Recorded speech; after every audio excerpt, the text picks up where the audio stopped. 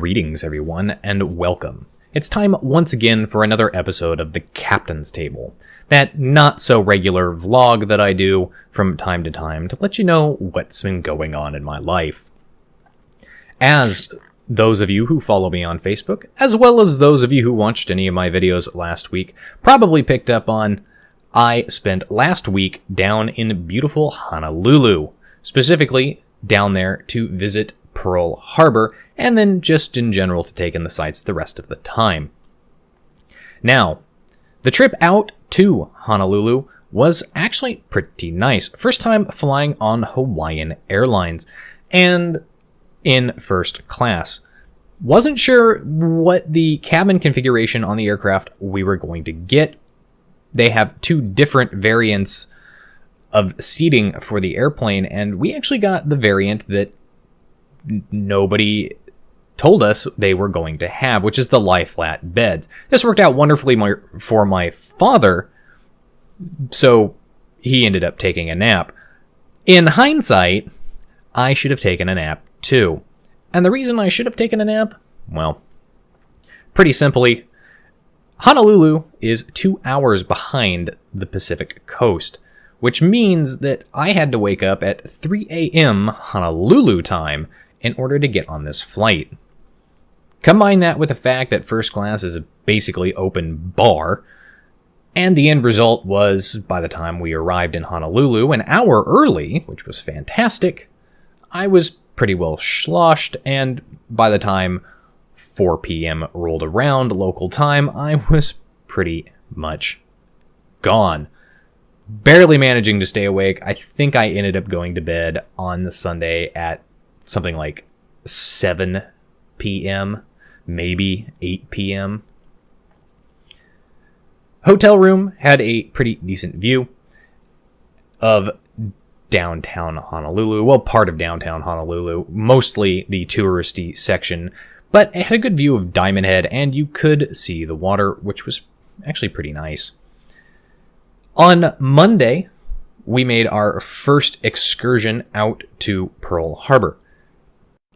And we chose to go out on Monday for a couple of reasons. Number one, Thursday, the 7th, was actually the day that we were leaving, and it also, of course, marked the 76th anniversary of the Pearl Harbor attack. So, a lot of foreign guests, a lot of dignitaries, a lot of naval personnel, and veterans of that event were going to be present on that day, and it was an invite only.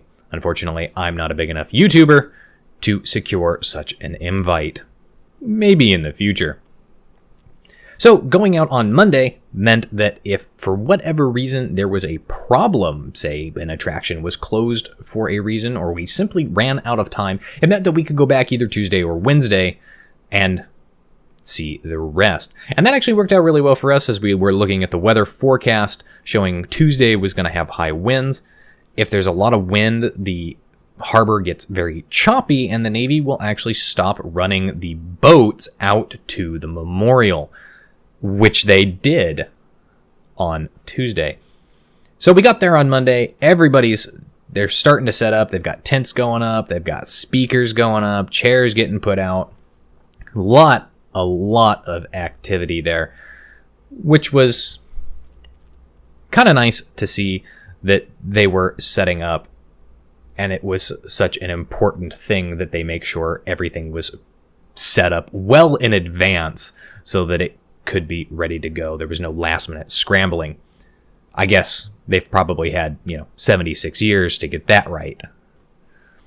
The Arizona itself, the memorial, was just as I remember it from 15 years ago. Hasn't changed. If you've been there once, you've been there all the time. But this time I was able to take some nice pictures of it, actually go through the visitor center, look at the models, read some of the information, look at the maps too. We watched the video that they have there, the short 11-minute movie on Pearl Harbor with some of that Pearl Harbor footage. Very interesting to see, of course, because it's copyrighted, because they're very, very protective of that copyright on that footage. It's not footage that you're actually able to see out on YouTube, or just in general, they don't give it away. So it is something that you do have to go see in person to really get the full impact of. The trip out to the memorial and the trip back worked out pretty well. The water was reasonably clear. You could definitely see the main deck of the ship, including the turret rings and the top of the number 2 turret. Well, just barely see that. It would have been nice to get out there when the water is like super clear. It has been known to happen, and see the whole ship, but I'll take what I can get. After that, we hopped on the bus out to Ford Island, went and toured the Missouri. Those of you who follow me on Facebook saw those pictures as I was basically taking them while I was out on the Missouri. I have to say that they've done quite a good job getting that ship preserved, and the restoration projects are ongoing. Well, we were there.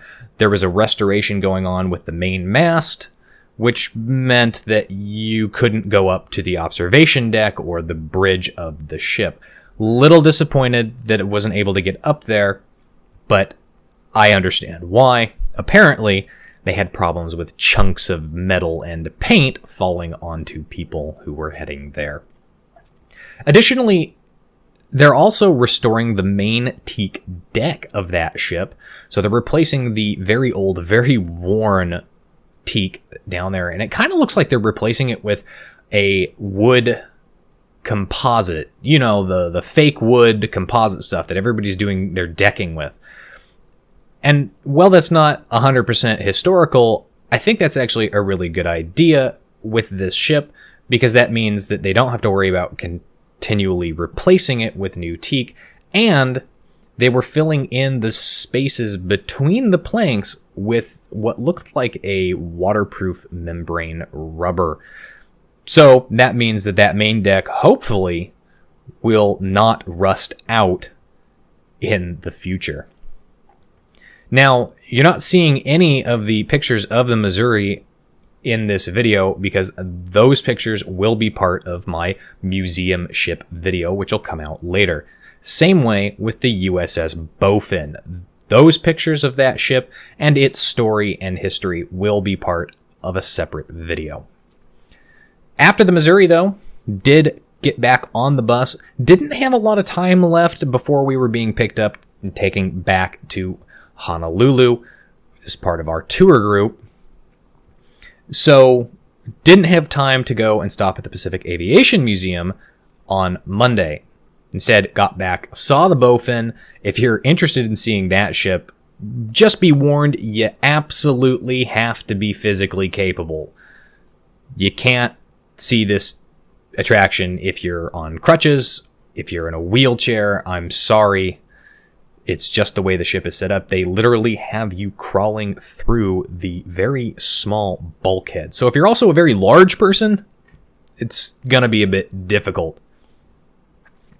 The Bowfin was a very interesting ship to tour. It was kind of cool to see the ship itself. And it was also cool to go into the Bowfin Museum and look at what they had there, including all of the submarine commanders who earned medals of honor in World War II, as well as seeing the battle flag for the Bowfin. They had all of its kills, including a French ship that they managed to sink, and I thought that was hilarious.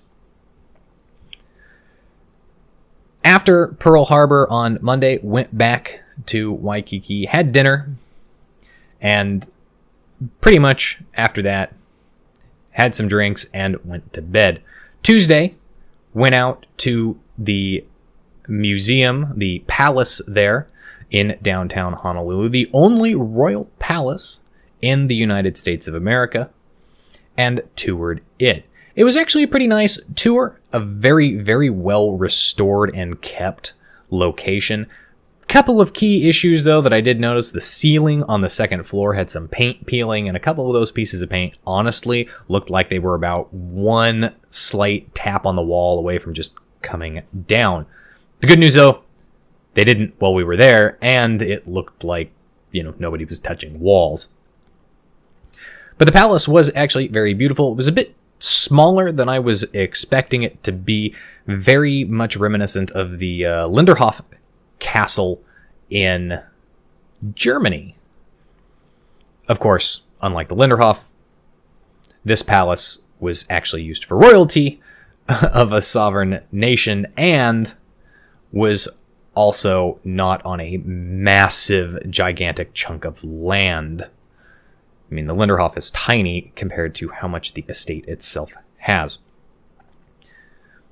But the palace was very pretty to look at. A couple of cool historical facts about the palace that I didn't know was apparently that the royal palace here in Hawaii had working electricity, built-in electricity, which is why you won't see electric lines running on the outsides of walls like you do in older buildings and older castles in other parts of the world. Not only did it have working electricity before any Western nation, before the White House, before even Buckingham Palace had working electricity inside of its common areas and private areas, it also had indoor plumbing. Yes, that's right. It had indoor plumbing with toilets. Each room had a toilet basically attached to it. There are quite a number of them, which is also a very, very forward-thinking thing to have inside your royal palace when you consider this thing was, I think, completed in the late 1800s. Very, very posh indeed. Following the palace, went over to the courthouse across the street there, the original, still an active courthouse for, I think, the state of Hawaii's Supreme Court, or definitely one of the district courts that were there. Watched a couple of movies, especially the movies talking about the declaration of martial law on the island of Hawaii. I didn't know that the Hawaiian Islands were under martial law immediately following the attack. I knew things weren't particularly good for them, but I didn't fully realize that it was to that extent. And of course, it was after the war that the Supreme Court of the United States actually ruled that the declaration of martial law in the territory of Hawaii was actually illegal, and they shouldn't have been able to do it. Somebody should have come in and challenged them, but of course, the pressures of wartime meant that that didn't happen. After that, wandered down towards Waikiki and eventually made it to the Waikiki Aquarium.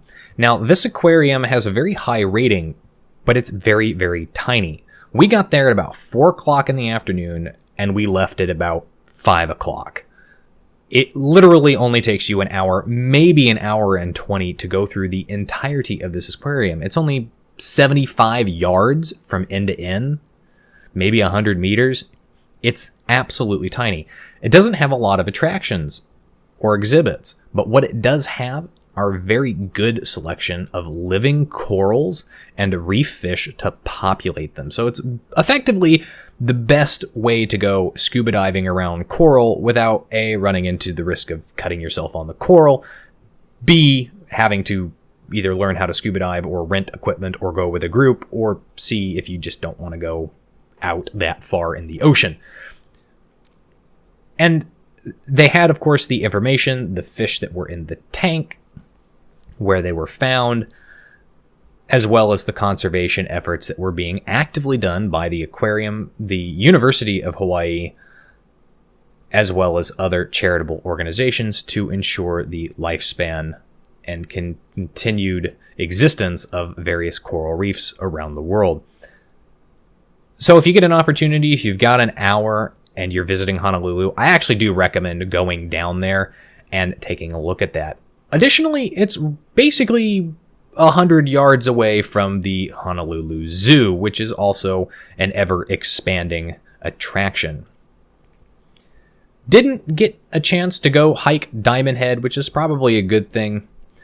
Not sure how I would have been able to handle that. I know it's a very, very popular attraction, so the crowds in the afternoon, I'm told, can be pretty aggressive. And in the morning, when the morning rolled around, I really wasn't in much of a mood to actually go and do something overly physical.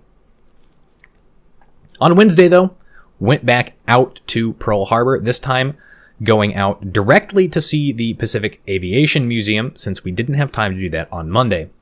Now, a little bit of a funny story on that was my dad called us an Uber to take us out there, but he put the address in that he wanted to go specifically to the Pacific Aviation Museum on Ford Island.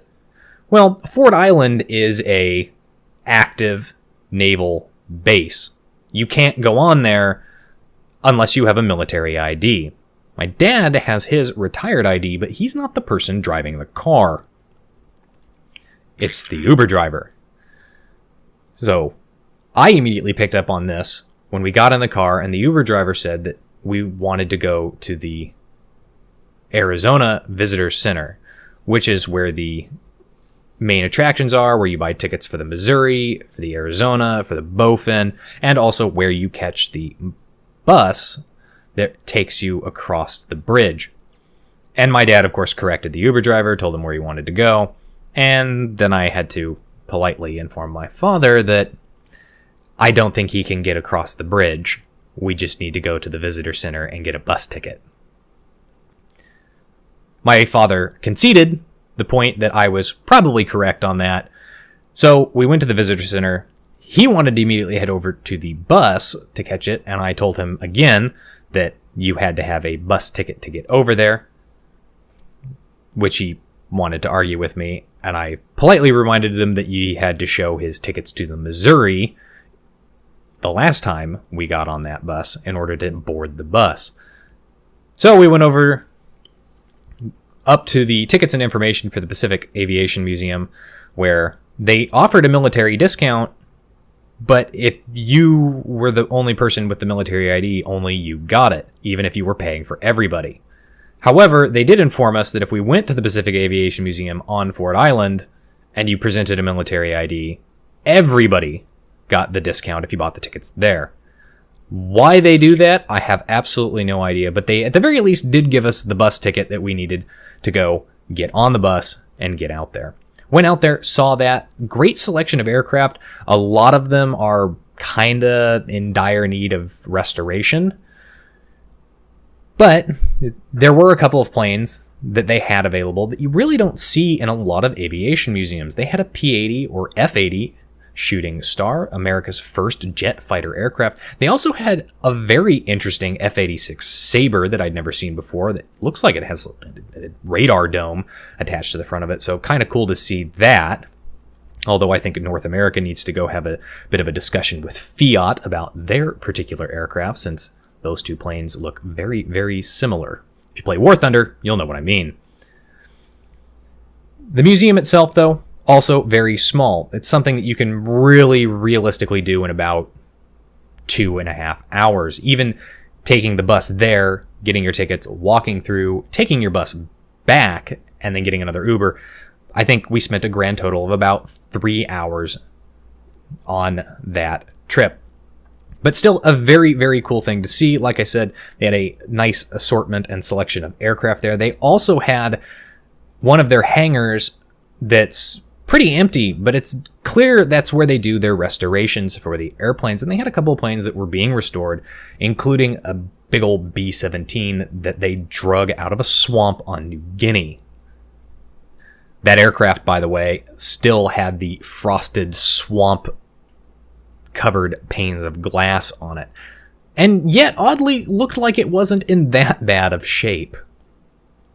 Following that, went back to Waikiki, got changed, went down to the water where we were doing a sunset Waikiki cruise, which was also very, very enjoyable with an open bar, and I had way too much champagne combined with the water and the heat.